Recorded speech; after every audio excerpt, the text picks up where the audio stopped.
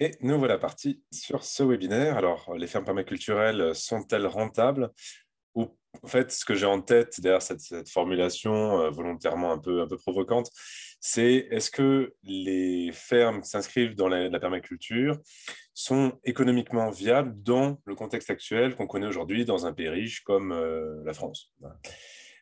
C'est ça que je voulais développer ici. C'est vrai que depuis la période où j'ai découvert la permaculture, c'était il y a 7 ans maintenant, c'est un questionnement que j'entends être répété régulièrement. Euh, et je trouvais important et utile ici de donner mon point de vue, de développer les données que je connais sur ce sujet qui est quand même un complexe hein, quand on prend le temps vraiment de s'y plonger. Dans ce webinaire-là, je voulais aborder finalement 4 parties. Une première, assez courte, mais qui me semble importante à poser, c'est déjà, c'est quoi les positions par rapport à ce débat aujourd'hui et aussi décortiquer aussi certains stéréotypes qui biaisent assez souvent le débat. Parler de ce dont on dispose aujourd'hui en termes d'études et de données sur la question. Au-delà de ça, je voulais élargir la discussion sur, encore une fois, dans le contexte actuel, quelles sont les forces et les faiblesses de la permaculture. Alors, et je le repréciserai encore après, mais quand je parle de permaculture ici, c'est toujours sous-entendu appliqué dans un domaine agricole à vocation commerciale. Et enfin, il me semble aussi important de faire une phase aussi de remise en perspective par rapport à la thématique. Ça me semble aussi important. Allez, donc, en quelques mots, c'est quoi, et vraiment à la hache, c'est quoi les positions autour de ce sujet, de la rentabilité du système agricole permaculturel? Eh bien, finalement, la plus grande partie des gens sont en interrogation sur ce sujet-là. Du moins, j'ai l'impression qu'il y a pour beaucoup de personnes, il y a beaucoup de flou sur ce sujet et je pense que ça s'explique assez facilement par le manque d'informations et de données sur le sujet. Alors, je dirais que du côté de ceux qui pensent que c'est pas rentable et derrière que la permaculture n'est pas viable en tant que système agricole, finalement, il y a ce stéréotype qui est extrêmement présent de la permaculture comme un courant hippie, de personnes qui n'ont pas les pieds sur terre. Et c'est vraiment quelque chose qu'on voit beaucoup dans le milieu agricole, même dans le milieu lié à la bio. Hein. C'est un stéréotype qui est très présent, alors qui s'explique historiquement par le fait que le milieu dans lequel, en premier, c'est diffusé la permaculture, ça a été les milieux de culture épi, mais aujourd'hui, c'est un cliché qui a qui est assez loin de la réalité, je pense, parce que on va dire la sociologie des personnes qui s'intéressent à la permaculture aujourd'hui en France, moi, ce que j'en vois, c'est que ça s'est étendu bien au-delà de ce premier milieu. Un autre aspect aussi, un autre positionnement dans ce débat, c'est les personnes qui considèrent que la question n'a aucun sens, que la question n'a pas de raison d'être, qu'elle est illégitime, du fait que un objectif d'un système permaculturel, ça ne serait pas de créer de l'argent. Ce serait de régénérer les écosystèmes, ce serait d'avoir un impact sociétal positif, ce serait d'avoir un mode de vie, etc. Mais ça ne serait pas de générer de l'argent. Euh, enfin bref, en fait, à la fois, j'entends le fait que, oui, la recherche de la rentabilité à tout craint, à tout prix, c'est effectivement contraire à l'éthique permaculturelle, ça c'est évident. Euh, et ce que avaient d'abord en tête les créateurs de la permaculture, donc Bill Mollison et David Holmgren, c'était justement de mettre en place des systèmes humains qui puissent œuvrer à l'aggradation des écosystèmes et des sociétés humaines. D'abord ça, hein, l'objectif de la permaculture. Cela étant dit, si on parle de projets agricoles professionnels, sans parler de rentabilité extraordinaire, on a besoin d'assurer une viabilité économique, de pouvoir assurer un revenu minimum digne pour les agriculteurs. Donc c'est quand même, je pense, un sujet qui a tout son sens. Dans ce débat aussi, on a le fameux exemple extrêmement médiatisé de la ferme du Bec-et-Loing, notamment du fait d'une étude technico-économique qui a été publiée en 2015 sur 1500 mètres carrés cultivés qui ont été isolés sur cette ferme, puisque la ferme fait bien plus que cette surface-là, elle fait une vingtaine d'hectares, et d'autres formes de production, mais dans le cadre de cette étude, ils ont isolé ces 1500 mètres carrés sur lesquels ils ont réalisé donc, un suivi sur 2 années complètes. Ça a eu un impact médiatique considérable, et donc beaucoup des débats, que l'on soit pour ou contre dans cette thématique, autour de ce questionnement, aujourd'hui, ils tournent autour de cette étude en question, et je prendrai un temps pour développer là-dessus plus en détail. Et à partir de cette étude-là, certains ont brodé après des extrapolations autour de la rentabilité de la culture permaculturelle, comme dans cette vidéo qu'avait fait Idrissa Berkane avec Guillaume Lopez, par exemple, à titre d'exemple. Bon. Donc, on arrive finalement sur un panel de points de vue assez extrême, finalement, des personnes les plus négatifs envers l'application de la permaculture dans le domaine agricole, qui pensent que ça n'a aucune rentabilité, qu'on est conduit tout droit à la précarité la plus extrême, jusqu'à des personnes qui extrapolent par des calculs sur le fait qu'on va pouvoir gagner des salaires de ministre. Donc voilà, on a vraiment, je pense, tous les échantillons possibles ici des points de vue. Alors, si on parle encore une fois de l'affaire du Bec et Loin, parce que souvent les discussions tournent autour de ça, ça a amené, derrière cet exemple de l'affaire du Bec et Loin, deux critiques qui sont greffées avec cette histoire de la rentabilité, qui aussi circule beaucoup sur les réseaux sociaux. La première critique, ce sera sur le fait que les fermes permaculturelles utiliseraient massivement du bénévolat. Alors, c'est vrai qu'il y a la pratique assez régulièrement du woofing sur les fermes permaculturelles, c'est quelque chose d'assez classique. Bon, alors, cela étant dit, le woofing, je ne suis pas du tout persuadé que ça soit très rentable, à moins qu'on en fasse une utilisation absolument abusive, puisque c'est quand même des personnes qui vont être présentes sur des laps de temps assez courts, souvent 1, 2, 3, 4 semaines. Donc, des personnes qui ne sont pas formées en général. Donc, l'agriculteur hôte a tout un travail d'encadrement, de formation sur les gestes techniques à faire.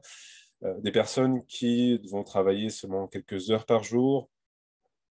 Donc, certes, d'un côté, une certaine force de travail, mais d'un autre côté, on offre le gîte, le couvert, on apprend du temps pour les encadrer, pour les former. Donc, encore une fois, à moins d'en faire une utilisation abusive, un cadre normal de woofing, je ne pense pas que ça génère une rentabilité incroyable. Après, le bénévolat dans le cadre, encore une fois, de l'exemple Bec et Loin, c'est aussi lié au fait qu'on a régulièrement des formations, et donc il y a tout un public de stagiaires qui sont présents et qui font des exercices pratiques sur site. Voilà, c'est bon. Après, qu'ils fassent du travail pratique sur site, je veux dire, c'est assez normal dans une formation agricole. Donc ça, pour moi, ça n'a rien de choquant. Et le bénévolat était bien comptabilisé dans les heures de travail de la fameuse étude publiée en 2015. Donc, bon, personnellement, j'adhère pas à la critique qui est liée au bénévolat, bien que, bien sûr, on puisse en discuter au cas par cas.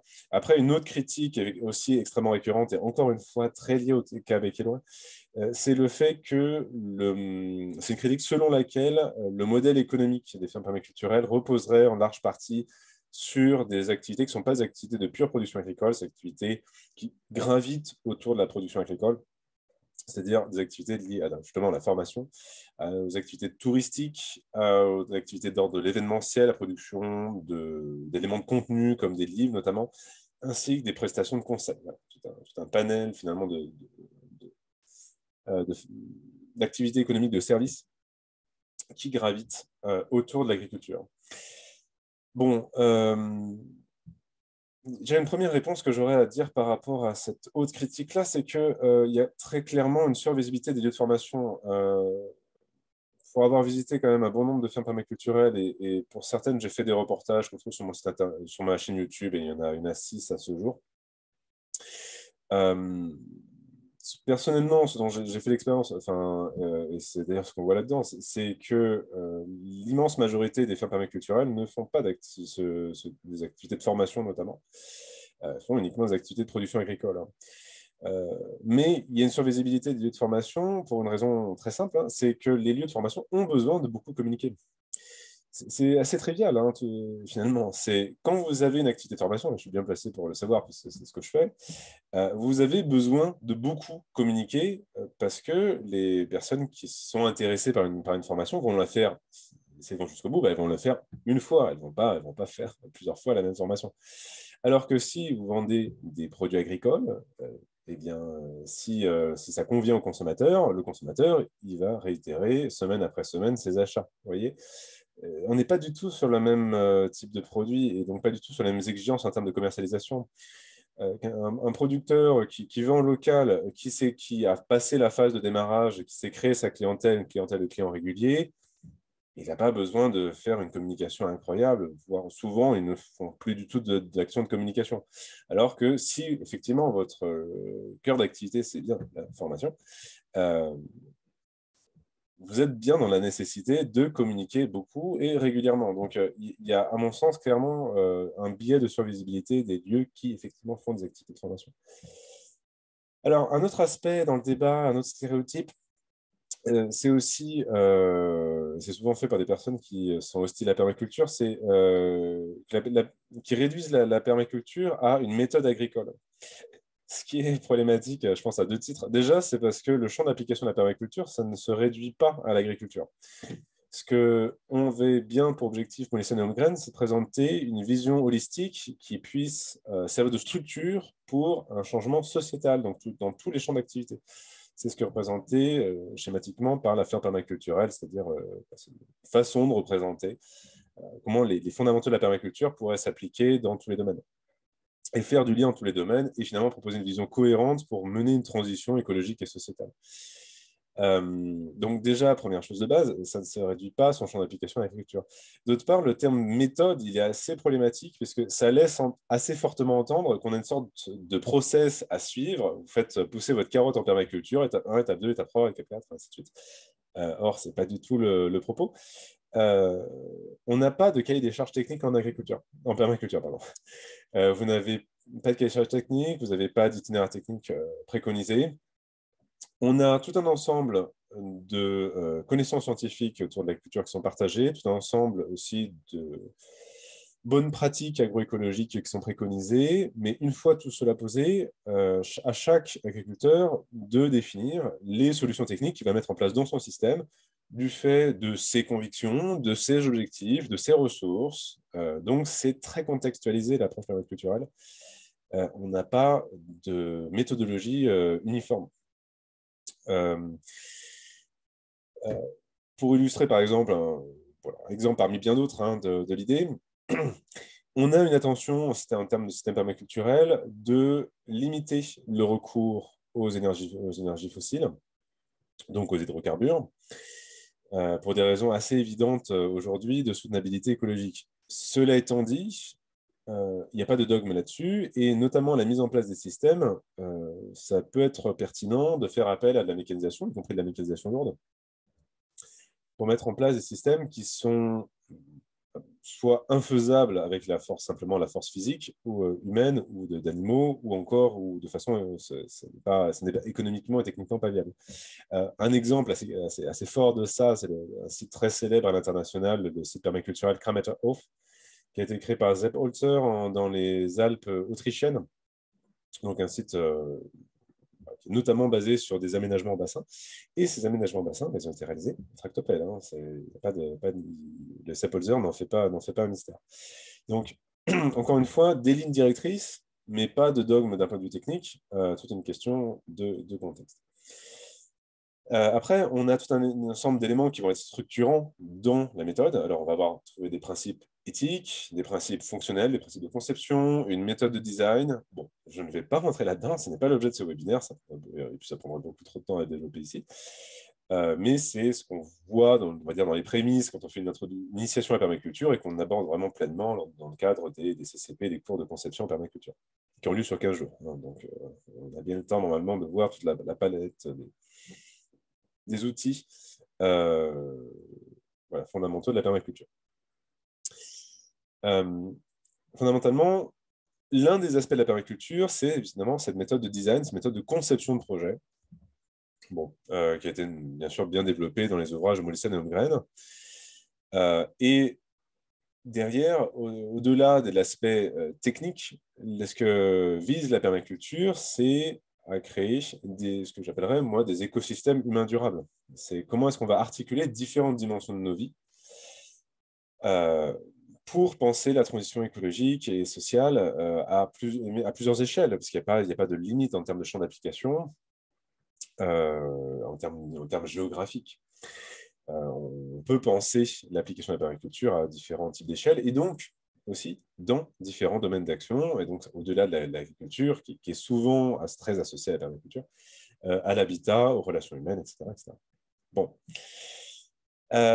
Et au niveau méthodologique, ce qui est compliqué quand on parle de l'étude des systèmes agricoles permaculturels, c'est déjà qu'on n'a donc pas de labellisation. Vous avez autant une labellisation agriculture biologique, mais on n'a pas l'équivalence sur la permaculture, ni de certification. On n'a pas de structure hiérarchique en permaculture. Alors, vous avez trouvé des structures qui ont une vocation de faire réseau, très bien, de faire du lien, et ainsi de suite. Mais on n'a pas de structure d'ordre hiérarchique. On n'a aucune statistique. À ce jour, on n'a aucune statistique publique mise en place et je n'ai connu aucun acteur de la permaculture qui mette en place non plus d'outils statistiques là-dedans. Donc, compliqué. Et puis, un cadrage aussi difficile parce qu'on a des hybridations multiples avec d'autres courants. Encore une fois, dans le domaine agricole, les personnes qui s'intéressent à la permaculture, qui s'inscrivent dans la permaculture, vont aussi aller avoir de l'inspiration par d'autres courants tels le maraîchage sol vivant, le maraîchage bio-intensif, l'agroforesterie, etc., etc. Donc, cadrer le sujet de façon précise avec tout ça est quelque peu compliqué.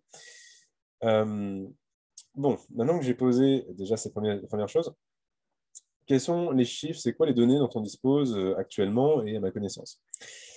Bon, on reboucle sur la fameuse étude de la firme du Bec et Loin, que j'ai déjà pris le temps, ça fait déjà un petit moment déjà, de décortiquer dans une vidéo dédiée. Donc là, je suis rentré dans le détail de l'étude, réexpliquer le cas, la méthodologie employée, etc. Donc, si effectivement, ce qui vous intéresse, c'est mon analyse de façon vraiment détaillée de la chose, bah, donc fait une vidéo dédiée. Je ne vais pas réexpliquer ici la totalité du contenu, mais je vais juste revenir sur ce que je présentais à la fin. Voilà. Finalement, je vais juste parler sur les points de synthèse de mon point de vue sur l'étude. Donc, encore une fois, c'est 1500 m² de surface cultivée en maraîchage sur un site agricole qui est bien plus grand et qui a d'autres formes de production. Et ce qui a eu un écho médiatique assez considérable, c'est que sur l'année civile 2014, donc, parce qu'on a eu un suivi technico-économique du site sur les années 2013-2014, la valeur récoltée donc, sur le site a été 18 fois supérieure au standard, c'est-à-dire à la moyenne du maraîchage en France, avec une valeur récoltée de 30 000 euros. Ce qui, rapporté à l'hectare, ferait une valeur récoltée de 200 000 euros hectare. Et il est vrai, il faut vraiment mettre ça au crédit de la ferme du Bec et Loin, qu'ils ont une grande maîtrise technique de l'approche du maraîchage bio-intensif. Ça, c'est clair et net. Moi, j'ai rien à dire à ce niveau-là. Après, par contre, ce qui est gênant dans l'étude et qui fait que l'extrapoler comme exemple de méthode transposable pour les projets d'installation, ça me paraît pas juste. De façon encore une fois très synthétique, c'est que il n'y a pas eu de comptabilisation du temps de travail lié à tout ce qui va être la commercialisation des produits et tout le travail administratif. Ils ont juste mis un montant forfaitaire d'heures. Donc pas de comptabilisation, ce qui est assez curieux. Alors que oui, c'est une partie importante de fait du temps de travail d'un agriculteur. On n'a pas de comptabilisation sur tout ce qui a trait à la fois en termes de temps de travail et puis de frais, tout ce qui va être trait au conditionnement et au stockage des productions, ça n'apparaît pas. Un autre aspect aussi, ce qui est assez étrange en termes de méthodologie, c'est qu'ils utilisent le terme de valeur récoltée. Alors, qu'est-ce que ça veut dire valeur récoltée? C'est-à-dire qu'ils ont comptabilisé le nombre de légumes qui étaient avec un aspect qui était bon pour être commercialisé, et à partir de ça, ils ont défini un chiffre. Alors, exemple, récolter, je dis n'importe quoi, mais 3 kilos de poivrons. 1 kilo de poivrons, selon la mercuriale des produits bio, ça se vend à 6 euros le kilo. Donc, la valeur récoltée, c'est 3 fois 6, ça fait 18 euros. Voilà. Ce qui est différent de la notion de chiffre d'affaires. Parce que dans un suivi technico-économique classique, standard, habituel, dans le domaine agricole, ce qu'on te dit, ce n'est pas la valeur récoltée, c'est bien le chiffre d'affaires, c'est-à-dire le montant des recettes réellement réalisées dans le système agricole. Et il y a une différence vraiment entre les deux, puisque ce n'est pas parce que vous avez récolté 10 belles salades que, in fine, vous allez réussir à vendre 10 belles salades. Il y a de la perte déjà avant d'arriver sur un étal, hein, du fait lors du transformation, du conditionnement, du transport des produits. Et puis après, dans la réalité, il y a toujours une partie des produits qu'on n'arrive pas ou peu à écouler. Donc, la valeur récoltée, finalement, est nécessairement toujours supérieure au chiffre d'affaires réel. Une autre problématique aussi méthodologique, c'est qu'ils ont comptabilisé ce qu'on appelle la surface cultivée. Donc, vraiment les mètres carrés où poussent exactement les légumes, donc sans comptabiliser tous les espaces de circulation, ni tous les bâtiments techniques autres que les serres implantés sur site. Ce qui, encore une fois, n'est pas du tout habituel dans une étude technico-économique où ce qu'on comptabilise toujours, c'est une surface développée, c'est-à-dire avec la totalité des surfaces, hein, tout simplement, avec non seulement les surfaces cultivées, mais aussi des espaces de circulation et les espaces qui sont liés aux bâtiments techniques agricoles. Donc, ce qui fait que voilà, ça nous donne un rendement au mètre carré qui est plus important que sur une étude technico-économique classique. Et qui rend aussi la comparaison avec les études technico-économiques classiques quelque peu compliquée. Et puis, il y a aussi des éléments de biais qui sont propres, ne sont pas d'ordre méthodologique, mais qui sont liés à la situation très spécifique de la ferme du Bec et Loing. C'est-à-dire qu'on est sur un positionnement haut de gamme dans la commercialisation, notamment avec des restaurants, avec de la vente auprès de restaurants gastronomiques qui payent bien, mais également en panier et à vente à la ferme. On n'a pas un maraîcher ou un couple de maraîchers comme ça se fait beaucoup, mais c'est 4 maraîchers étant déjà formés, ayant déjà tout un bagage derrière eux qui mènent le système, plus effectivement de nombreux stagiaires. Ce qui fait qu'à la fois, il y a une synergie que n'a pas un agriculteur qui est simplement tout seul dans son champ, mais aussi on a 4 maraîchers expérimentés. Donc aussi, on a une somme d'expérience, de compétences qui est très forte dans le système. Aussi, l'étude a été menée non pas sur un système qui démarre, mais sur un écosystème qui est déjà bien en place, qui a déjà des années derrière lui. Donc, parce qu'il y a des quantités de conséquences techniques. Vous avez un sol qui est déjà très amélioré, très agradé, un couvert agroforestier déjà en place, etc. D'autre part, je pense qu'il y a une sous-évaluation des investissements, puisque les systèmes d'irrigation ne sont pas comptabilisés dans l'étude technique-économique, notamment. Et puis, tout ce qui va être trait aux bâtiments techniques agricoles, encore une fois, hors des serres, non plus, ne sont pas comptabilisés. On n'a pas non plus la notion de fonds de roulement dans les investissements nécessaires pour le système, alors que c'est un élément qui est nécessaire dans un système agricole. Lorsque vous démarrez, vous en avez besoin pour avoir une trésorerie qui vous sert à faire face aux charges courantes. Donc, ce n'est pas tout à fait complet à ce niveau-là. Et puis, un autre élément, c'est que 44% des surfaces sont sous serre. Or, une surface sous serre, elle produit, toutes choses égales par ailleurs, nettement plus de chiffre d'affaires qu'une surface en plein vent. Parce qu'on nous fait pousser plus vite des légumes qui ont plus de valeur ajoutée, comme notamment les solanacées et les cucurbitacées. Bon, alors ça peut être un choix, une installation, de faire une surface aussi importante sous serre, bon. Mais souvent dans des installations, moi ce que j'observe en pratique, c'est qu'on est dans des ratios de surface sous serre plutôt entre 10 à 30% dans des systèmes type micro-ferme maraîchère diversifiée. Bon, au-delà de l'exemple Bec et Loing, on a d'autres sites permaculturels dans le monde qui sont bien documentés. Alors, je les cite très, très brièvement. Le système de Stefan Skoplowiak au Québec, qui est un système, lui, d'arboriculture fruitière, hein, sur sa ferme Miracle Farms, alors qui est très bien documenté d'ailleurs dans un documentaire qui s'appelle Le verger permaculturel au-delà du bio. Il y a 1h30 pour développer toutes les facettes techniques du système. Stefan Skoplowiak a aussi une chaîne YouTube qui est très fournie, qui porte son nom. qui fait beaucoup d'activités de pédagogie et de formation, donc il a largement diffusé voilà, les éléments de son système-là, alors qui relèvent d'un autre type de production. Donc. Joel Salatin, un Américain qui est situé en Virginie, alors qui a développé avec le reste de sa famille la Polyface Farm, qui est sur plus de 250 hectares, avec un système de polyélevage. Un site agricole qui est très connu, notamment aux États-Unis, mais qui, par contre, l'est très peu en France à ce jour. D'autres sites, encore la forêt, la food forest, donc le jardin forêt de Anne-Marie Graham Bookman, donc, qui lui va se faire au sud-est de l'Australie, sur 24 hectares. C'est de la production là aussi fruitière, très axée d'ailleurs sur les fruitiers à coque. Ou encore la New Forest Farm aux États-Unis de Mark et Jen Sheffard sur 42 hectares, avec plusieurs formes d'élevage et de l'arboriculture fruitière, là aussi plutôt sur du fruitier à coque. Donc des sites qui sont très bien documentés dans l'ensemble, mais par contre qui manquent, en tout cas à ma connaissance, j'ai pas trouvé de c'est dommage, des données économiques vraiment détaillées sur ces systèmes. C'est des systèmes qui fonctionnent depuis largement plus d'une décennie, donc il y a enfin, très visiblement une vraie viabilité technico-économique, mais malheureusement, ça manque de chiffrage.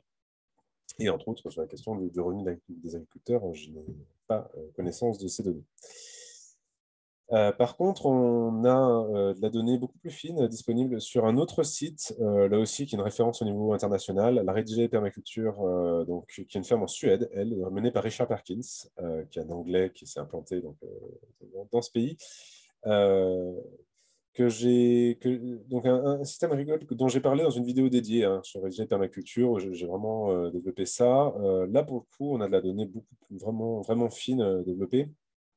Bon, c'est un système très, très diversifié, mais les trois moteurs économiques du système, c'est donc du maraîchage diversifié, de la poule pondeuse et du poulet. Et avec ces trois moteurs économiques, il atteint un chiffre d'affaires alors de, de 225, c'est ça, 225 000 euros.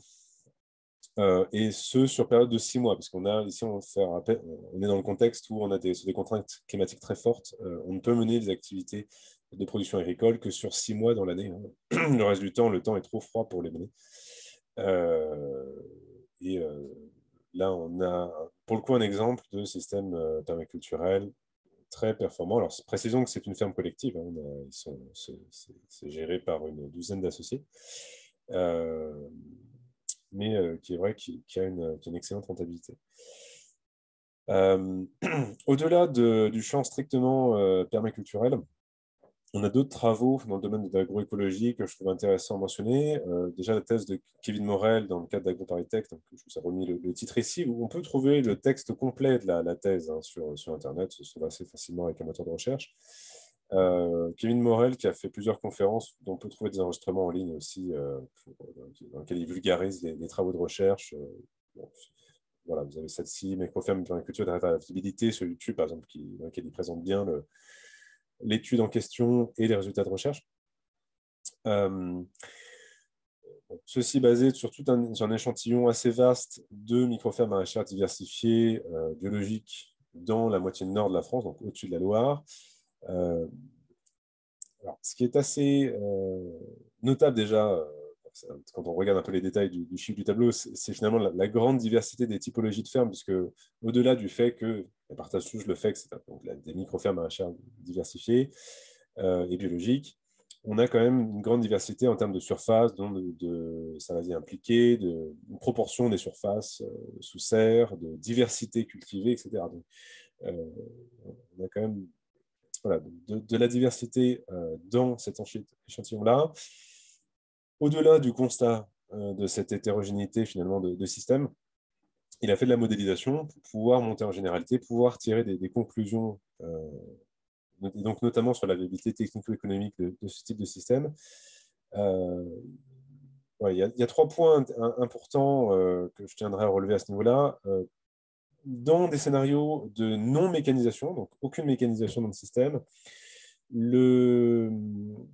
c'est-à-dire que ce qui apparaît statistiquement, c'est qu'on peut viser assez réalistement, et pour un temps de travail de 2500 heures par an, ce qui est assez classique hein, comme terme de charge de travail annuelle dans le milieu agricole hein, aujourd'hui, un revenu mensuel minimal de l'ordre de 1 000 euros.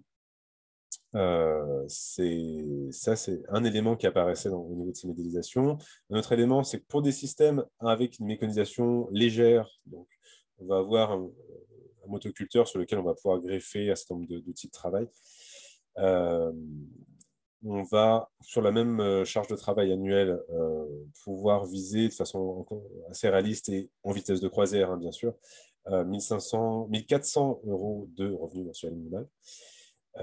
Et par contre, un autre élément qui apparaissait dans sa modélisation, c'est que pour des systèmes avec de la mécanisation lourde, donc en l'occurrence avec tracteur et outils tractés par le tracteur, on n'avait aucun scénario statistiquement qui apparaissait comme économiquement viable.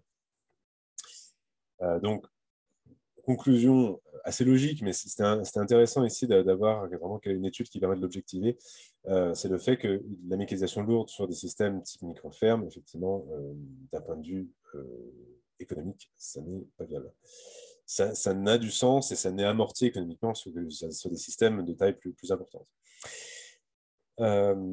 Un autre élément aussi dans la discussion sur la viabilité technico-économique des systèmes agroécologiques, c'est la très fameuse, très célèbre ferme de l'Agrolinette hein, au Québec, créée par Maud Hélène Desroches et Jean-Martin Fortier,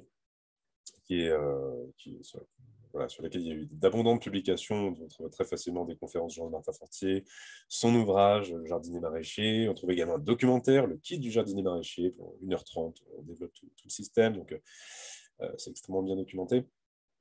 Et ce qui a fait beaucoup de la renommée du site, c'est aussi un chiffre d'affaires très élevé. Alors là, c'est en dollars canadiens, mais rapporté en euros, on est à hauteur de 120 000 euros de chiffre d'affaires par hectare, à l'hectare.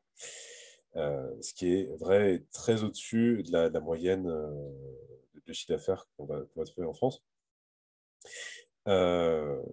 Et finalement, le courant du maraîchage bio-intensif dans lequel lui il s'intègre, c'est vrai qu'il met beaucoup l'accent sur la question de la performance économique et de la rigueur dans la planification. Et il y a certainement beaucoup de choses à prendre en compte, même si on n'adhère pas nécessairement à l'approche agronomique, au moins en termes de rigueur dans la planification, en termes de méthode de travail, en termes d'astuces techniques. Il y a très certainement beaucoup de choses à prendre de ce système-là. Un autre élément également, c'est les référentiels économiques qu'on trouve sur Biobase, hein, donc la base de données documentaires en agriculture biologique qui est disponible librement sur Internet.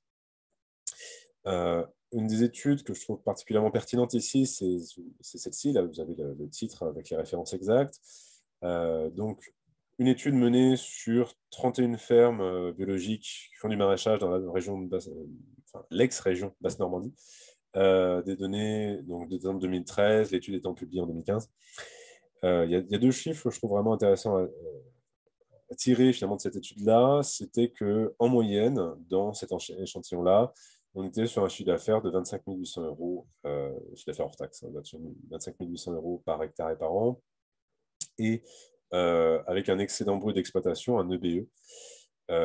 C'est-à-dire, grosso modo, un EBE, c'est votre montant de chiffre d'affaires moins l'ensemble des charges du système agricole de 18 200 euros par UTH. Alors, par UTH, c'est donc l'unité de travail humain, c'est-à-dire par personne travaillant à plein temps dans le système.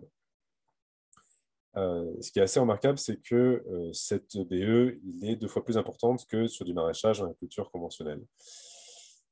Donc, ça montrait que sur des systèmes agricoles biologiques, en du maraîchage et dans ce contexte, on avait une viabilité économique effectivement très nettement supérieure par rapport au conventionnel. Une autre type d'étude aussi qui que je trouve intéressante à mentionner, c'est celle qui a été menée sur un système axé autour de la production de blé noyé sur site à Restinglières, donc dans le département de l'Hérault. Donc, étude basée sur des chiffres de 2013, si ma mémoire est bonne, qui montrait que, en fait, sur 100 hectares cultivés, dans une approche agroforestière, donc qui mêlait des allées de production de grandes cultures avec des plantations agroforestières, comme on voit bien ici sur la photo. En termes de biomasse totale, on atteignait ce qu'on aurait créé par ailleurs sur 136 hectares si on avait dissocié d'un côté plantation uniquement de noyer et d'un autre côté plantation uniquement de cultures céréalières. Donc il y a une vraie synergie, non seulement agronomique, mais aussi une vraie efficience finalement en termes de rendement, de gain de rendement que d'appliquer des systèmes agroforestiers.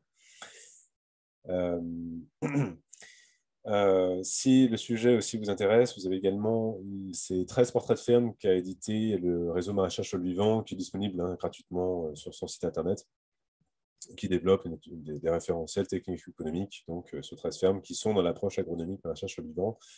C'est aussi une base de données intéressante. Bon, alors si on montait encore plus en généralité, finalement, on a une autre étude qui, elle, a été développée donc, par l'INSEE, qui a été publiée en 2017, qui s'est basée sur des très vastes échantillons. Globalement, ce qui ressortait de cette étude-là, en comparaison système bio d'autre part, système conventionnel d'autre part, c'était que, globalement, pour faire des grandes généralités, le niveau de rendement à l'hectare était légèrement inférieur sur le système bio, mais que dans la mesure où on est sur des niveaux de charge nettement moindres en bio, finalement, l'excédent brut d'exploitation était généralement supérieur. Alors, l'échantillon, là pour le coup, était très vaste, puisque ça se base sur 1800 systèmes en bio et 28 000 systèmes en conventionnel, et avec 3 types de production, donc maraîchage plein air, production bovine laitière et viticulture. Donc, je vous ai finalement condensé les chiffres, l'essentiel des chiffres, ici sur la diapo. Je ne vais pas vous relire tous les chiffres qui sont sur la diapo, mais effectivement, ce qui ressortait, c'était le fait que, encore une fois, en général, moins de chiffres d'affaires à l'unité, mais un excédent brut d'exploitation supérieur du fait des moindres charges. Par contre, ce n'est pas le cas au niveau de la viticulture. Et ça s'explique par le fait qu'en viticulture, que l'on soit en bio ou en bio, enfin justement en bio, pardon, on doit faire appel à une main-d'œuvre assez conséquente. Et c'est ce qui fait que les charges de main-d'œuvre, in fine, amenaient à un excédent brut d'exploitation qui était moins bon en bio qu'en conventionnel. Alors, à ce stade, finalement, qu'est-ce que je pourrais dire en termes de conclusion? Déjà, c'est qu'on a un grand manque d'études sur les systèmes agricoles permaculturels. On a la fameuse étude du Becqueloin, publiée en 2015, sachant qu'ils sont en train d'en mener aussi une autre, hein, sur cette fois-ci un système de production fruitière type jardin-forêt. Donc, l'étude est en cours. Actuellement, on n'a pas de résultats publiés. Il faudra attendre, à voir ce qu'il en sortira. Mais bon, au-delà du cas Becqueloin, effectivement, pas d'études disponibles à ma connaissance, d'études scientifiques menées par un institut de recherche, hein, j'entends. Que ce soit en France ou ailleurs dans le monde, je n'en ai pas connaissance. Un autre élément, c'est qu'on n'a pas de modèle unique dans les systèmes permaculturels. Une grande diversité aujourd'hui, à la fois sociale, en termes de type de production, en termes de contexte pédoclimatique. Donc, bon, avec cette hétérogénéité finalement des systèmes, c'est pas toujours évident de tirer des conclusions. Sur le système, cela dit, type micro-ferme maraîchère, qui, dans mon expérience, c'est quand même le type de système vers lequel s'oriente la grande majorité des personnes qui veulent mener un projet d'installation dans l'approche permaculturelle en France. Ça oriente très souvent vers ce type de système-là. Effectivement, on a les travaux de Kevin Morel qui sont intéressants et qui finalement nous donnent un ordre de grandeur sur le salaire net qu'on peut espérer, alors sur un système à maturité, sur un système en vitesse de croisière, 1400 € net mensuel en mécanisation légère, 1000 € sans mécanisation, ce qui est des chiffres qui me paraissent très cohérents par rapport à ce que j'ai pu voir moi-même en faisant des visites de ferme, en faisant des reportages avec des retours que j'ai pu avoir sur différents réseaux agricoles. Et c'est assez cohérent également avec les référentiels techniques économiques qu'on trouve sur le réseau maraîchage Solvivant. Alors, maintenant qu'on a posé des chiffres, je voulais aussi élargir la discussion sur les forces et les faiblesses de la permaculture, sous-entendu des systèmes agricoles permaculturels à vocation commerciale, dans le contexte actuel qu'on connaît aujourd'hui dans les pays riches. Encore une fois, en faisant des grandes généralités.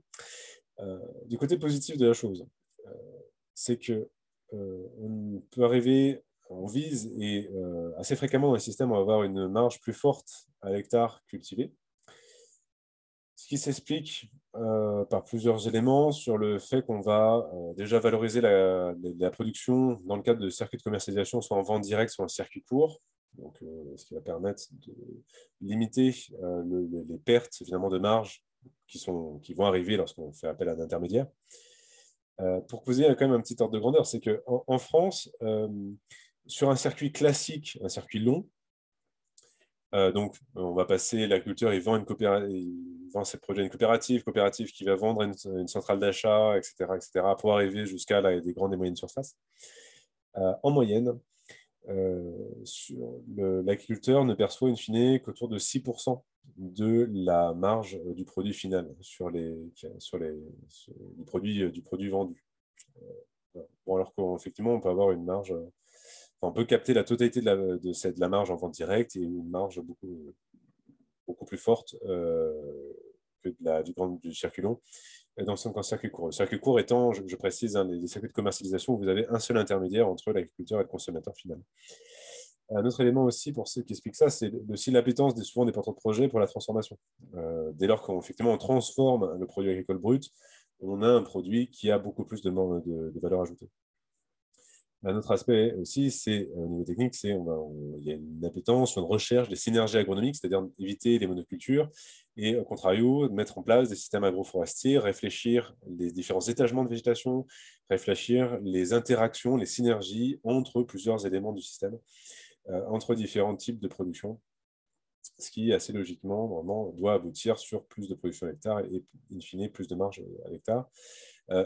Et en précisant aussi qu'on est dans une optique de minimisation des coûts, des charges,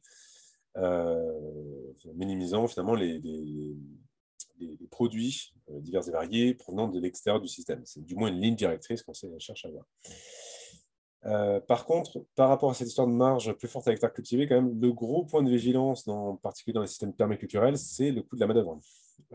Aujourd'hui, le coût de la main-d'œuvre dans un pays riche est quand même globalement assez élevé.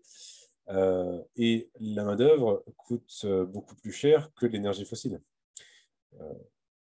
C'est un peu compliqué à quantifier, mais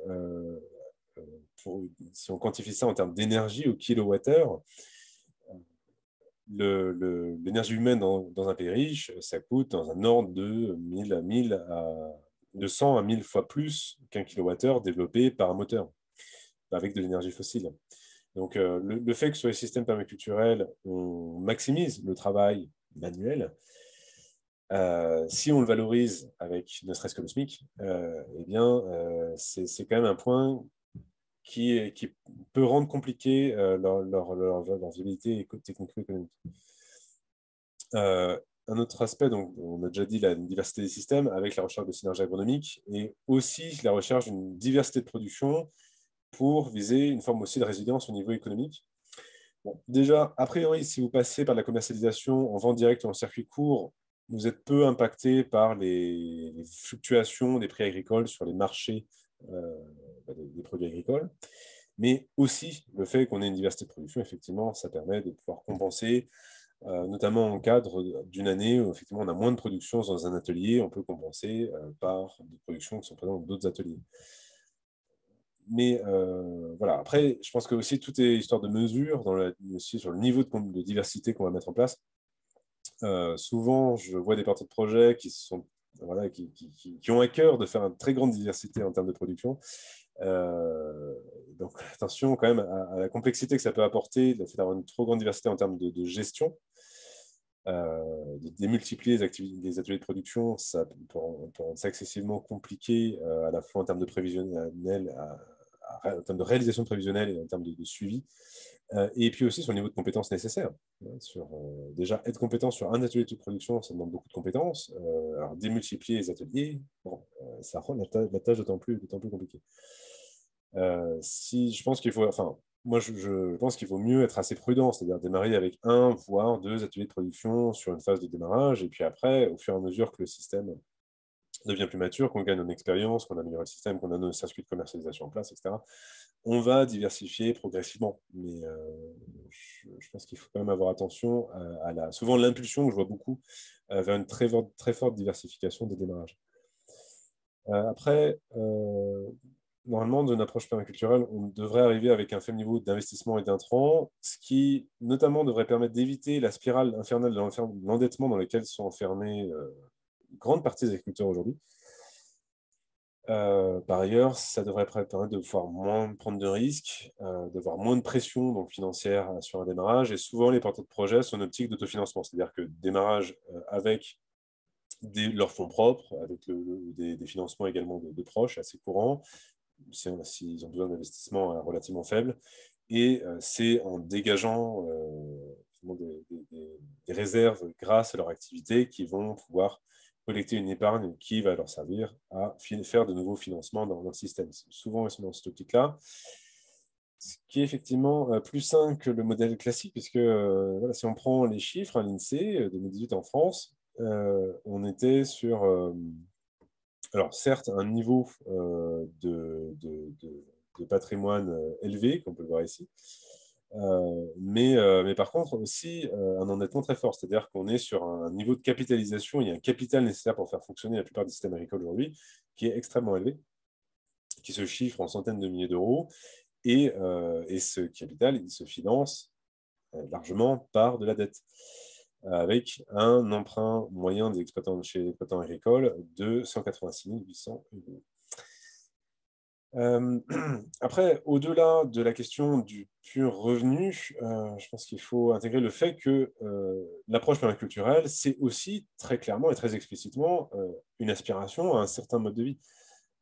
Déjà, en tant que professionnel, en tant qu'indépendant, une partie des dépenses en tant que salarié, ce sera des dépenses personnelles, vont être intégrées dans les frais professionnels. C'est très courant que l'électricité, l'eau, le téléphone, les abonnements Internet, tout un ensemble comme ça de dépenses du quotidien soient comptabilisées en tant que frais professionnels. Donc, ça n'a plus besoin de revenus pour régler ces dépenses-là. Après, un autre élément aussi, c'est le fait qu'on soit sur un système agricole permet d'avoir des économies d'échelle qui vont in fine, permettre de produire des productions qui servent à de l'autoconsommation. Si on a en place par exemple, un système de type forage, rien de très compliqué à ce que cette ressource d'eau serve aussi à l'alimentation de notre habitat. Même chose pour des installations qui servent à produire de l'électricité. Et puis, si vous produisez effectivement aussi, même idée au niveau de la production de nourriture. Donc, c'est autant d'autoproduction sur site qui ne nécessite pas d'acheter ces approvisionnements. Il est aussi assez courant qu'on ait des trucks de production et de services avec d'autres agriculteurs, notamment sur les productions de nourriture. Là, donc, ce qui aussi échappe au secteur marchand. Et puis, on est globalement sur une optique de vie que souvent on va appeler aujourd'hui, avec le terme qu'a employé Pierre Rabhi, celui de la sobriété heureuse. Donc, il y a aussi une aspiration à un mode de vie qui soit sobre en ressources, sobre au niveau financier. Donc, je pense qu'il faut aussi, bien sûr, avoir ces éléments-là dans la discussion quand on parle de la question revenu. On ne peut pas faire un décalque de la situation que l'on a lorsqu'on est un salarié. Enfin, c'est deux cas complètement différents. Je pense que par exemple, vous êtes salarié avec un tel niveau de revenu aujourd'hui que vous devez décalquer cette situation-là sur une activité agricole en tant qu'indépendant. Exemple, j'ai 1800 euros de revenus net mensuels en tant que salarié. Il faut que pour maintenir mon niveau de vie, j'ai 1800 euros de revenus nets qui découlent de mon activité agricole. Je pense que ce n'est pas transposable comme ça. Bon, Cela dit, après, il y a quand même des points négatifs. Il y a aussi des points aussi de mise en garde, je pense. Souvent, approche permaculturelle se marie avec le fait qu'on cherche à mettre en œuvre des alternatives au système agricole classique qui sont très gourmands dans manœuvre. Par exemple, le fait de ne pas faire appel au plastique, comme l'usage, par exemple, ne pas utiliser les traits classiques bâches tissées, par exemple. Alors, oui, d'un point de vue environnemental, c'est sans doute vertueux, mais par contre, ça va entraîner une charge de main-d'œuvre sur le désherbage qui est considérablement plus importante. Ou encore l'absence de mécanisation. Là aussi, ça va entraîner beaucoup plus de charge de travail et donc aussi moins de rentabilité du système. Dans un contexte actuel qui est que les matières plastiques et les hydrocarbures coûtent encore plus cher. Et également l'autonomie en fertilité, c'est-à-dire que viser le fait d'entretenir la fertilité du site, alors notamment par des plantations d'arbres et d'arbustes qu'on va tailler régulièrement, des rameaux qu'on va fragmenter pour remettre au pied des cultures, entretenir les stocks de carbone du sol, faire intégrer de façon importante les engrais verts dans les rotations de culture, etc. Donc, avoir une attention sur ces éléments-là, qui nécessitent quand même pas mal de manœuvres et assez régulièrement aussi des frais. Voilà, c'est un des points qui rendent aujourd'hui aussi cette approche moins rentable par rapport à des systèmes conventionnels qui ne s'occupent pas tout simplement de cette problématique. Et puis aussi, les porteurs de projets qui veulent faire de la reproduction aussi de leurs semences sur site, c'est aussi très gourmand en œuvre. Il faut aussi des compétences spécifiques pour ça. Ça va mobiliser des surfaces qui ne sont pas utilisées donc, pour pouvoir faire de la production commercialisée. Bon, c'est aussi compliqué d'un point de vue économique. Ce qu'il faut également dire, c'est que au niveau de la commercialisation, que l'on soit sur de la commercialisation en circuit long, en circuit court, en vente directe, eh bien, aujourd'hui, tous les acheteurs sont sur aussi des modes de commercialisation qui sont très standardisés. Il y a des habitudes qui sont très ancrées aujourd'hui, qu'il est compliqué de déconstruire, même s'il y a des acteurs et des initiatives pour le faire.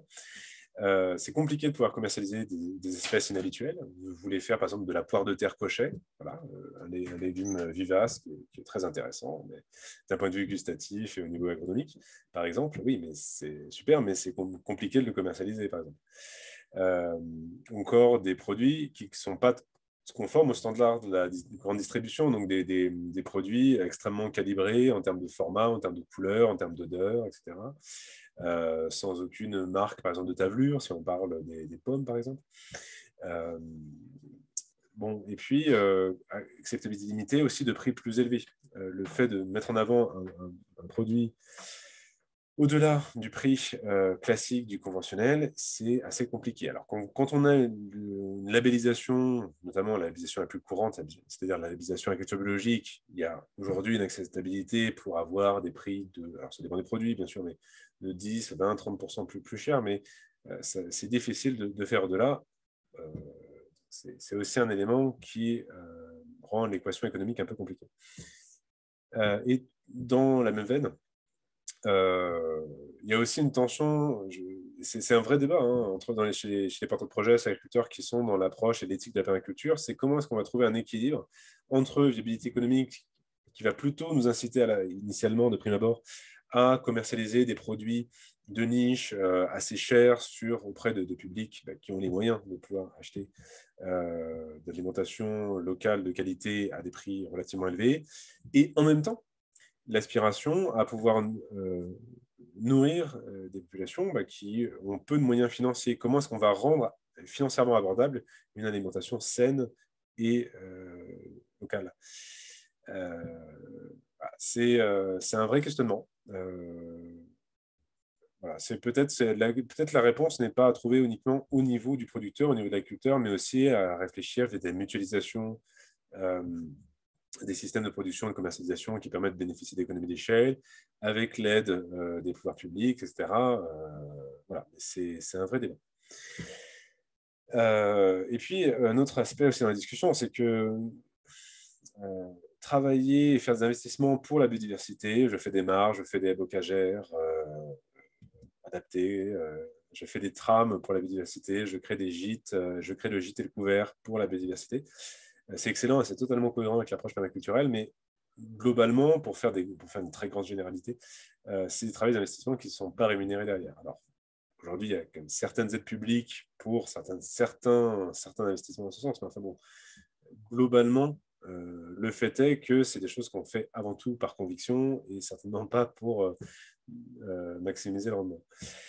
Donc, c'est aussi ça qui rend compliqué la viabilité économique des systèmes permaculturels. Et dernier élément, on est souvent sur des porteurs de projets qui visent des systèmes type micro-fermes, aspirent à être sur des systèmes à taille humaine, sur une surface relativement petite par rapport aux standards actuels, un peu juste pour resituer. La surface aujourd'hui moyenne des exploitations agricoles, c'est le dernier chiffre en tête, c'est celui de 2018, c'était 88 hectares quand même. Donc assez souvent, ils visent des superficies beaucoup plus faibles. Et il y a une conséquence économique assez directe de ça, c'est que les aides PAC vont être faibles ou nulles. Globalement, les aides PAC sont proportionnelles à l'hectare cultivé. Et donc,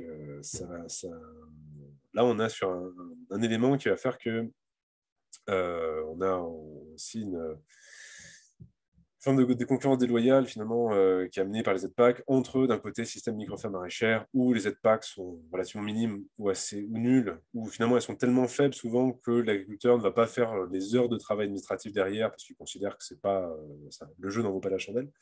Et puis d'autre côté, effectivement, des exploitations, notamment celles sur les grandes cultures, qui vont dépendre massivement pour leur système économique des subventions publiques. Les subventions publiques, le moins qu'on puisse dire, c'est que c'est un moteur économique important dans le domaine agricole. 80, voilà, sur les chiffres 2017, c'est 90% d'exploitations qui en touchaient, au moins une. Si on n'avait pas ces aides, à ces dates-là, 50% d'exploitations agricoles avaient un RCI négatif, c'est-à-dire un RCI, c'est résultat courant avant impôt. Donc, finalement, d'une certaine façon, c'est le bénéfice net d'une exploitation. Donc, elle serait dans le rouge, quoi. Donc, là. Le montant moyen de l'aide par exploitation agricole aujourd'hui avec les aides PAC sur 2017 était 33 200 €. Si on prend la totalité des aides directes aux agriculteurs sur cette période-là, sur cette année-là, c'était 9,5 milliards d'euros et ça correspond au montant total des revenus agricoles sur cette année-là, qui est autour de 9 milliards d'euros.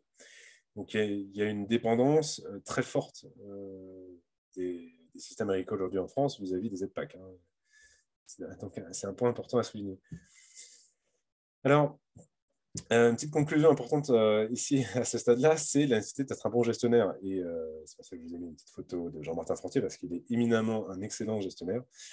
Aujourd'hui, pour qu'on ait, dans l'approche permaculturelle et l'éthique et les aspirations de la permaculture, une vraie viabilité technico-économique, il ne suffit pas, malheureusement, sans doute, d'être un bon technicien, de savoir bien faire ses itinéraires techniques, avoir bien agradé son sol, avoir fait un bon design, c'est indispensable. Mais ce n'est pas suffisant. Il faut également savoir faire des bilans prévisionnels, savoir être un bon vendeur, savoir bien commercialiser ses produits, savoir bien les présenter, trouver donc les bons canaux de commercialisation, savoir faire sa compta. L'aspect gestion est très important en pratique et c'est assez souvent négligé, dans mon expérience, par les porteurs de projet, qui sous-estiment assez souvent les compétences et le temps de travail que tout l'aspect gestion va nécessiter.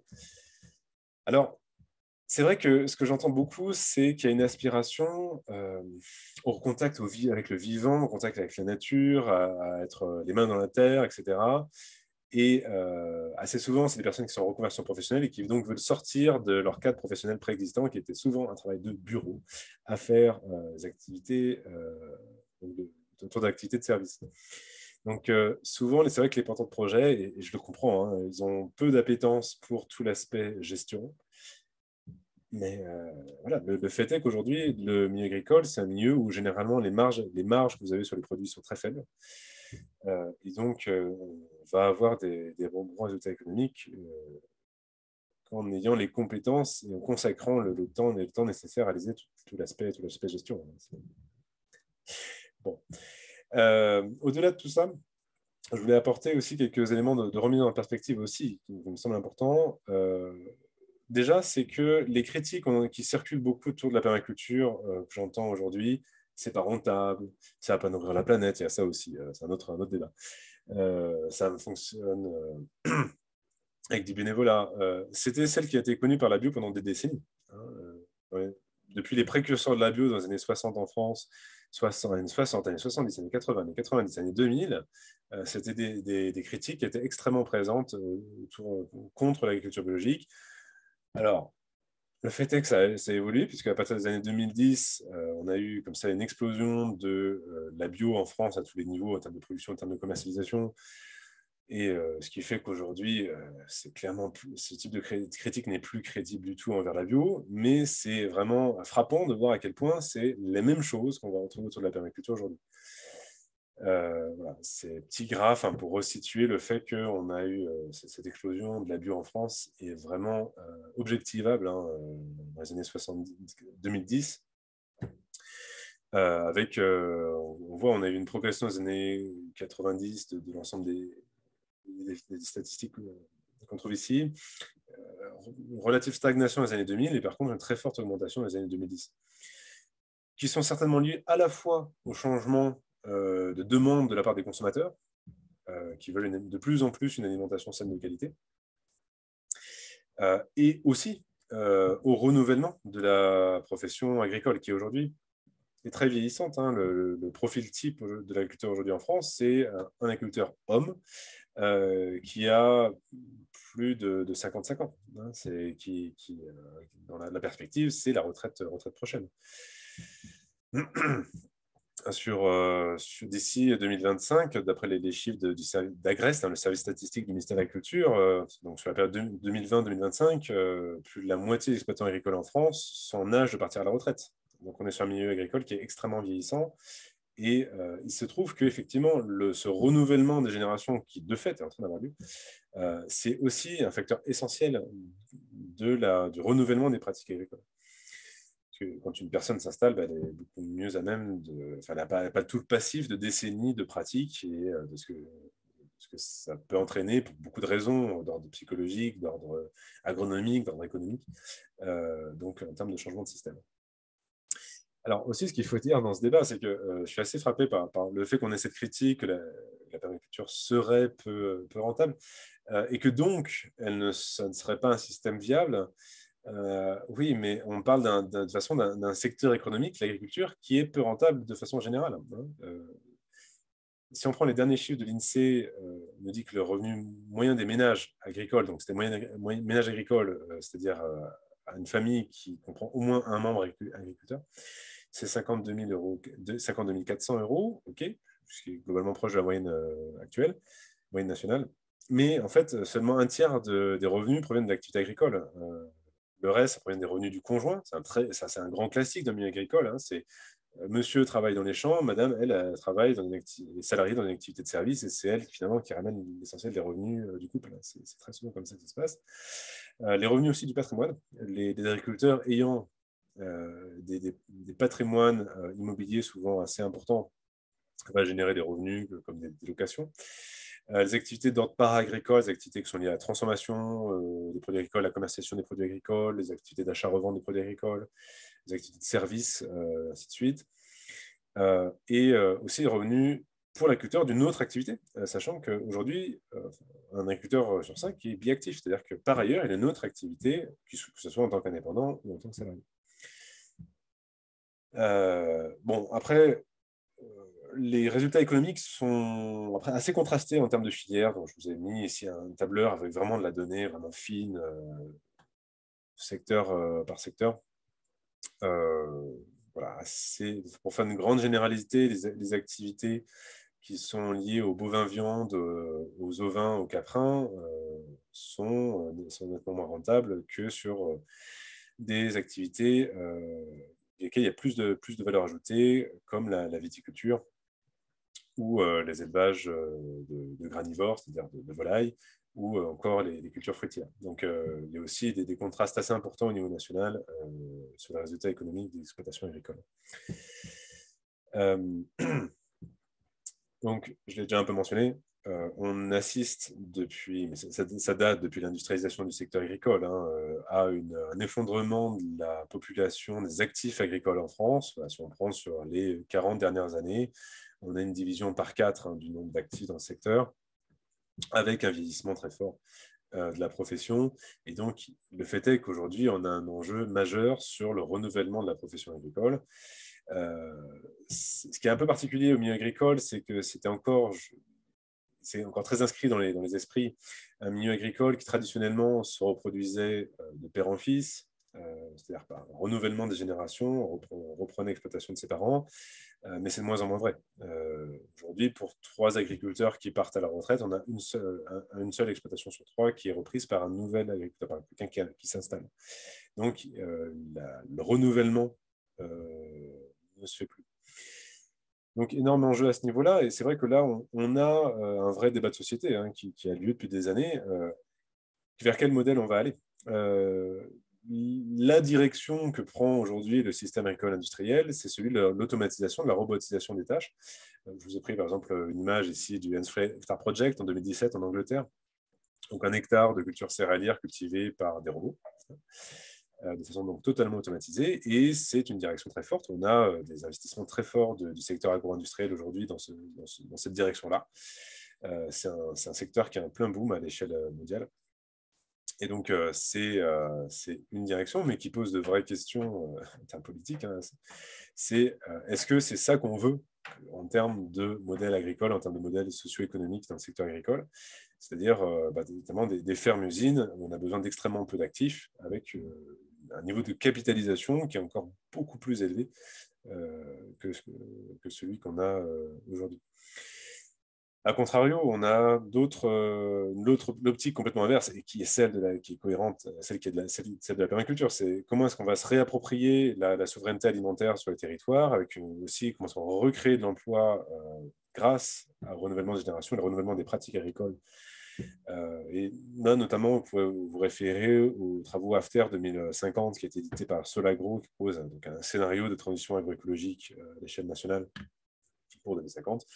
Il y a aussi un autre travail similaire, le plaidoyer Ferme d'Avenir, édité donc par le réseau Ferme d'Avenir, on trouve également, les deux se trouvent assez facilement sur Internet, qui développe des scénarios donc de transition dans ce sens-là. Et ici, à ce niveau-là, je pense que si on parle de permaculture, on va amener à une remise en cause du schéma socio-économique qui est celui de l'agriculture industrielle, qui est celui qui s'est imposé par l'industrialisation du secteur agricole qui, en France, a démarré fin des années 50, début des années 60. C'est quoi ce schéma extrêmement prégnant encore aujourd'hui? C'est celui de l'agriculteur seul, ou en couple, celui d'un agriculteur qui produit uniquement, qui fait du produit brut agricole commercialisé sur des circuits longs. Or, l'aspiration, ce dont je fais l'expérience, c'est que l'aspiration de nombreux porteurs de projets qui s'inscrivent dans la permaculture, c'est une aspiration à attendre la pluriactivité, c'est-à-dire non seulement faire l'activité agricole, mais d'autres activités, maintenant d'autres activités en parallèle. L'aspiration aussi à avoir des formes d'activités collectives qui ont beaucoup je pense qu'il y a une vraie pertinence hein, à faire en termes de mutualisation des compétences, mutualisation des investissements, mutualisation des charges de travail, il y a certainement beaucoup de choses à faire. Les installations collectives restent encore très minoritaires en France, mais je pense que c'est certainement promis un bel avenir. Et puis aussi, c'est penser la ferme comme support d'autres activités, autre chose que de l'activité de pure production.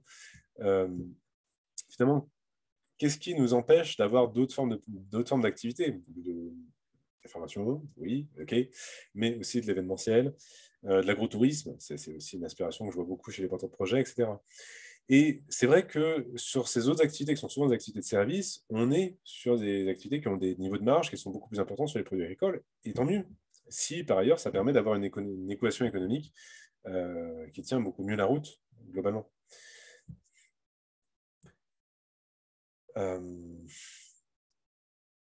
Bon, après, si on parle d'économie, au-delà de la ferme stricto sensu, de l'exploitation agricole, on a aussi ce qu'on appelle dans le jargon économique des externalités, donc des impacts extérieurs au système. aussi qui peuvent être très positifs, même d'un point de vue purement économique, d'un point de vue purement financier, pour le reste de la société. Bon, c'est très longuement développé dans le PEI Ferme d'Avenir, par exemple. Ça permet potentiellement de réduire, voire de supprimer des coûts qui sont aujourd'hui des externalités négatives que doivent supporter l'ensemble de la société. Par exemple, l'ensemble des coûts qui sont aujourd'hui générés par les pollutions d'origine agricole en France, c'est évalué. C'est compliqué à évaluer, mais dans le rapport en question, c'est évalué dans une fourchette entre 15 et 64 milliards d'euros d'argent public qui doit être dépensé chaque année pour pouvoir gérer la pollution des milieux aquatiques, pour pouvoir gérer les impacts sanitaires sur la santé humaine qui sont amenés par les activités agricoles aujourd'hui, et ainsi de suite. Donc, il y a aussi c'est un ensemble de coûts cachés aujourd'hui dans le domaine agricole qui pourraient être supprimés effectivement par une approche permaculturelle. Et ça pose aussi la question dans le débat finalement, dans quelle mesure il serait pertinent aujourd'hui de pouvoir rémunérer les agriculteurs lorsqu'ils font des actions qui ont des externalités positives, qui sont notamment au bénéfice de l'environnement. C'est, je pense, un vrai enjeu politique public aujourd'hui. Bon, peut-être pour conclure et pour ouvrir finalement sur le futur, c'est que la viabilité économique de systèmes donc de systèmes qui, de façon générale, vont maximiser l'usage de la main-d'œuvre, peu ou pas d'énergie fossile, minimiser l'usage d'intrants, donc d'apports extérieurs de matière et d'énergie depuis l'extérieur des systèmes. Ça aura très certainement une viabilité économique beaucoup plus importante dans les décennies à venir, du fait de la raréfaction de l'approvisionnement en énergie et en matériaux. Maintenant, c'est des domaines qui sont très largement documentés, que l'on parle de l'approvisionnement en hydrocarbures, comme là, cette projection sur les productions d'hydrocarbures à l'échelle mondiale développée par l'agence Rystad en 2019. Avec un plafonnement dans la projection des productions mondiales d'hydrocarbures sur les années 2020 avant une longue décrue. Quand l'on parle des ressources fossiles, telles des engrais minéraux extrêmement utilisés dans la culture industrielle que sont le phosphate, ou la potasse, la raréfaction de façon très globale des ressources d'origine fossile va amener au fait que très forte remise en cause des pratiques aujourd'hui qui sont aujourd'hui prévalentes dans le domaine agricole, et ce qui fait que, à contrario, je pense que les systèmes d'inspiration agroécologique en général vont avoir beaucoup plus de viabilité dans l'avenir. Alors aussi pour les raisons qui sont liées au changement climatique.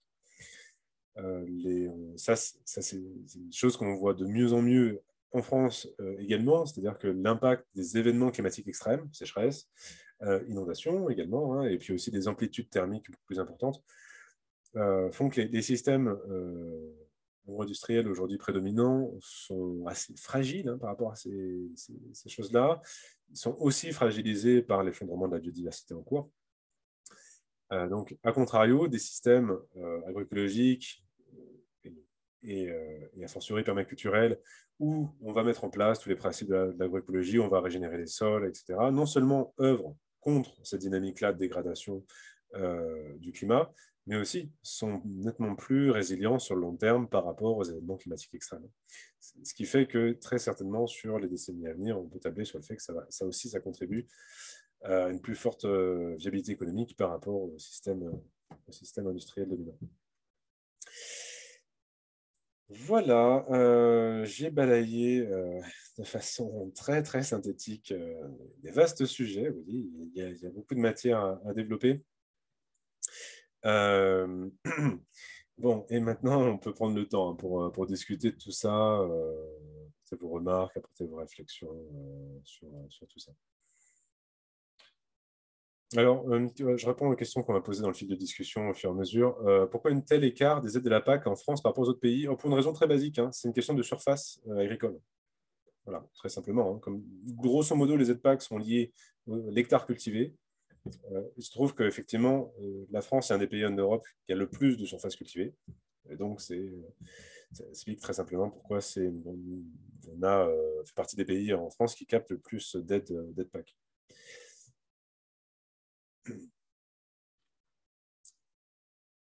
On pose aussi le prix de vente des légumes en Suède. Alors là, c'est pointu.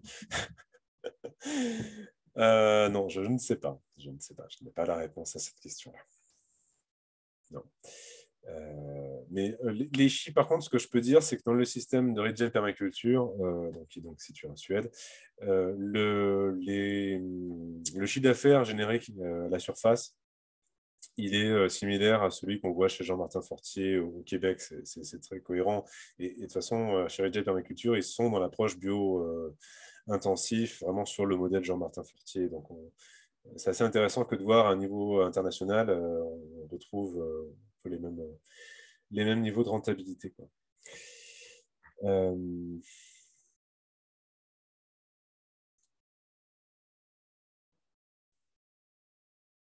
Alors, on pose aussi la question des investissements que Charles et Perrine Hervé-Gruyère ont réalisés sur la ferme du Bec et Loin, leur installation, mais on n'en sait rien. En tout cas, moi, je ne connais pas l'information, elle n'apparaît pas dans l'étude technique économique. Hein, voilà. Je ne saurais pas répondre à ça et j'ai jamais vu circuler cette information. Alors, est-ce que je crois au modèle Jean-Martin Fortier? Je pense que c'est pas une histoire enfin, parce que le terme croyance est forcément adapté. Je ne sais pas. Enfin, en fait, je pense que c'est un système qui est très axé sur la rentabilité technique-économique. Et enfin, je veux dire, les chiffres sont là. C'est un système qui a été répliqué sur des centaines d'autres fermes à l'échelle internationale, qui ont elles-mêmes publié leurs résultats, qui sont cohérents avec ceux de Jean-Martin Fortier. Donc, c'est vraiment un modèle qui est éprouvé, ça, clairement. Par contre, ce qui est vraiment problématique, à mon sens, sur le système du Jean-Martin Fortier et du maraîchage bio intensif de façon plus générale, c'est qu'il y a des grandes problématiques agronomiques, hein, tout simplement, qui sont juste pas traitées et qui sont plutôt même maltraitées. Je pense, qu'en est-il de l'agroforesterie? Qu'en est-il de l'entretien, de la fertilité sur le long terme des sols, notamment sur le fait d'éviter le travail du sol, de mettre en place des couverts végétaux, d'entretenir le stock de carbone du sol? Ça, c'est des problématiques qu'on ne voit pas traitées chez Jean-Martin Foncier. Ce qui, je pense, n'est pas cohérent d'un point de vue agronomique avec les objectifs de la permaculture. Personnellement, je pense que dans l'approche, si on parle du maraîchage, l'approche maraîchage sur le sol vivant, en termes d'approche agronomique, c'est beaucoup plus cohérent avec les objectifs de la permaculture. Cela tout en disant que quand même, au niveau en termes d'approche, de méthode de gestion, même si on utilise l'approche maraîchage sol vivant, il y a beaucoup de choses à prendre au niveau de ce qui se passe au niveau du maraîchage bio-intensif. Alors, on parle. Quand vous annoncez un revenu mensuel de 1 400 euros, donc net mensuel, oui, sur une exploitation d'un hectare, c'est pas sur une exploitation d'un hectare, c'est par actif agricole, ce qui est différent. Hein. Par actif agricole, avec une surface développée par actif agricole de 8000 m². 8000 m², donc hein, en dessous d'un hectare. Encore une fois, c'est les moyennes statistiques.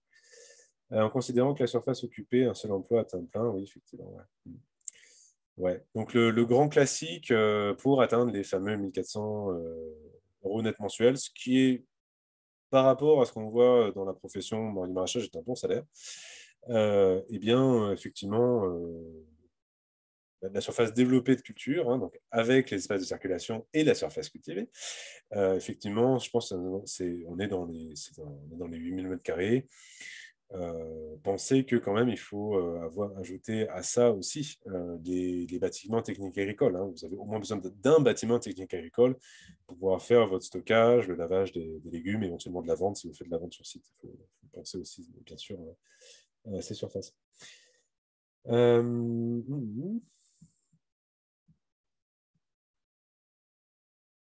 Ok.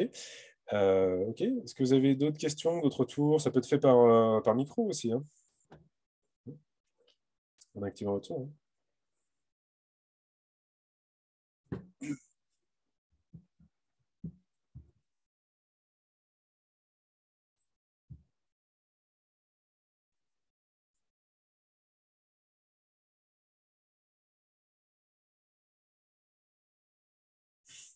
Non, pas de questions, pas de retour là-dessus. Ok. Bon, bah, écoutez, pas de- c'est pas d'autres choses. On va pouvoir conclure là-dessus ce webinaire. Merci pour votre participation. Voilà, ce sera très prochainement sur la chaîne YouTube d'Atelier Fertile. Je mettrai en lien sous la vidéo aussi donc les liens vers pas mal de ressources, des études, des chiffres là, que j'ai mentionné tout au long du webinaire. Voilà, écoutez, je vous dis en tout cas à très bientôt pour un autre webinaire ou une autre occasion.